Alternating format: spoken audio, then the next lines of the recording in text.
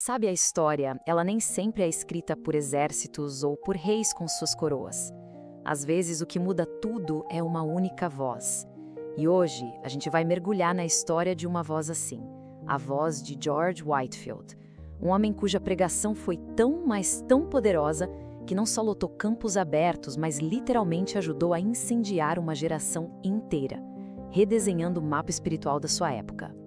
Para a gente entender o poder dessa voz, primeiro a gente precisa ouvir o silêncio que veio antes dela. Vamos imaginar o cenário. Século XVIII, Inglaterra, colônias americanas. As igrejas eram, sim, imponentes por fora, mas por dentro, muitas vezes o que reinava era o frio.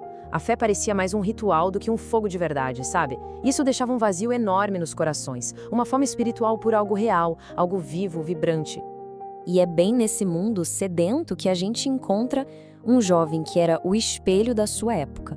Lá em Oxford, George Whitefield não estava buscando a Deus, não. Ele buscava um nome para si mesmo, um futuro de prestígio. Mal sabia ele que a sede mais profunda não era do mundo ao redor, mas a que vinha de dentro dele mesmo. Uma sede que, olha, o levaria à beira de um colapso. E esse colapso pessoal dele acabou sendo a faísca para um incêndio coletivo.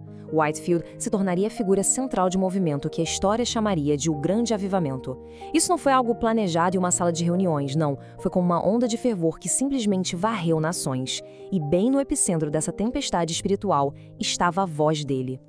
E para a gente entender de onde vinha o poder dessa voz, a gente precisa voltar para o momento em que ela quase se quebrou.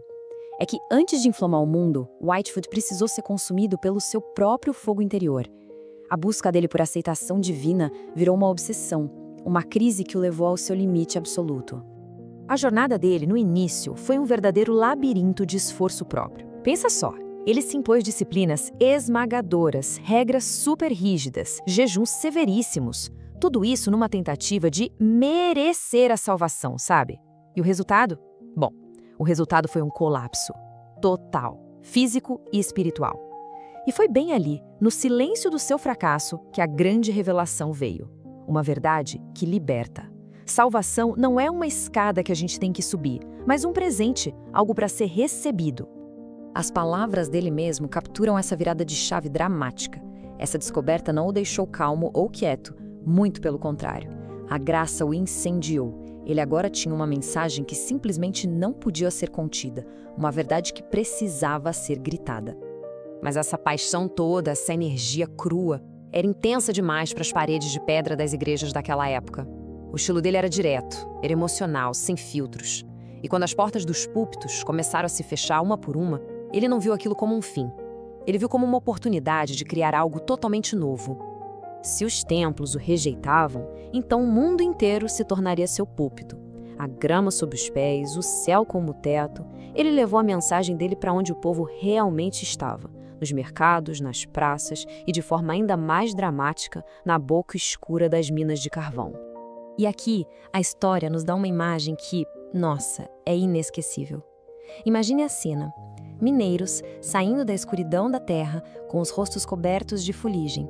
E enquanto eles ouviam Whitefield, as lágrimas começavam a rolar, traçando rios brancos nas bochechas deles. A luz da mensagem estava alcançando quem vivia, literalmente, na escuridão. Só que uma chama como essa não podia ficar contida numa única ilha.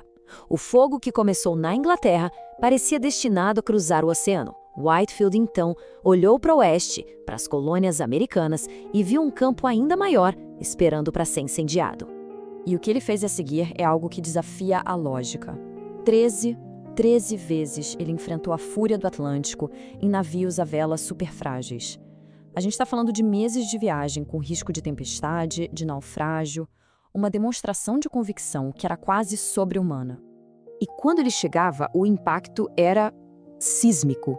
Multidões de dezenas de milhares de pessoas se juntavam para ouvi-lo. E o mais incrível, sem microfone, sem caixa de som, sem tecnologia nenhuma. Era só o poder bruto de uma voz projetada que, dizem os relatos, conseguia atravessar campos inteiros. Ele foi, na prática, um fenômeno de comunicação em massa séculos antes disso existir. A fama dele era tão grande que atraiu a atenção de um dos maiores céticos e cientistas da América, ninguém menos que Benjamin Franklin. Ele não foi lá buscar uma bênção, ele foi para fazer um experimento. Franklin queria testar a física por trás daquela voz lendária. E o resultado foi duplo. Primeiro, o cientista. Franklin calculou e concluiu que sim, era fisicamente possível uma voz alcançar mais de 30 mil pessoas. Mas aí veio o homem, Franklin, o mestre da razão. Ficou tão tocado pela paixão de Whitefield que esvaziou os próprios bolsos, doando tudo o que tinha na hora. A voz que desafiou a física também conquistou o coração do cético. Outra coisa notável foi a amizade dele com outro gigante da fé, John Wesley.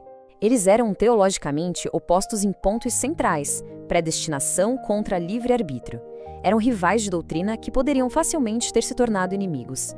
Mas em vez disso, eles escolheram a amizade e o respeito, um lembrete poderoso de que unidade não significa necessariamente uniformidade. A voz de Whitefield, claro, um dia se calou, em 1770. Mas o som da vida dele não desapareceu. Deixou um eco. Um eco que ressoa até hoje, moldando o mundo de formas que a gente muitas vezes nem percebe. E esse eco se manifesta de várias formas. Ele é visto como o arquiteto do evangelismo moderno, com esse foco na experiência pessoal, na evangelização pública. O modelo dele inspirou gerações de pregadores, de Spurgeon a Billy Graham, e tem historiadores que defendem que, ao unir multidões de diferentes classes sociais, ele ajudou a plantar as sementes da própria cultura democrática americana. Claro, a gente não está aqui para criar ídolos. Whitefield não era perfeito. A vida dele e os erros dele nos ensinam uma lição crucial. Um carisma extraordinário exige uma humildade igualmente extraordinária. Ele foi um instrumento poderoso, sim, mas ainda assim um instrumento humano. No fim das contas, a verdade que a vida de Whitefield grita através dos séculos é esta. Quando uma pessoa é incendiada por uma convicção, essa chama pode se espalhar. Uma única voz, autêntica e em chamas, tem o poder de acordar uma geração inteira. E essa história épica, ela ecoa até nós e deixa uma pergunta no ar. O mundo de hoje tem a sua própria sede, os seus próprios silêncios. A história de Whitefield prova o poder de uma voz que ousa quebrar esse silêncio. A questão que fica é: qual é a voz que precisa ser ouvida hoje?